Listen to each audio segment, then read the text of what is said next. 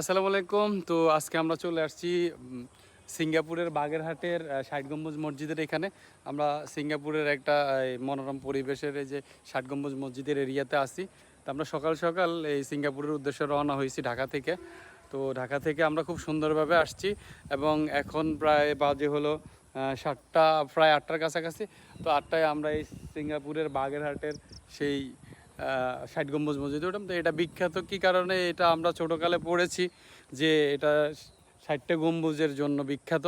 তো এতদিন টাকা পয়সায়, তারপরে বিভিন্ন ইতিহাসে দেখেছি, আজকে নিজের চোখে দেখলাম এই যে ৬০ গম্বুজ মসজিদ আপনারা দেখতেই পাচ্ছেন। তো এখানে প্রবেশ মূল্য তেমন বেশি না, যারা স্টুডেন্ট তাদের জন্য ১০ টাকা, আর যারা স্টুডেন্ট না তাদের জন্য ৩০ টাকা অ্যাডাল্ট, আর ৬ বছরের নিচে যারা আছে তাদের জন্য ফ্রি।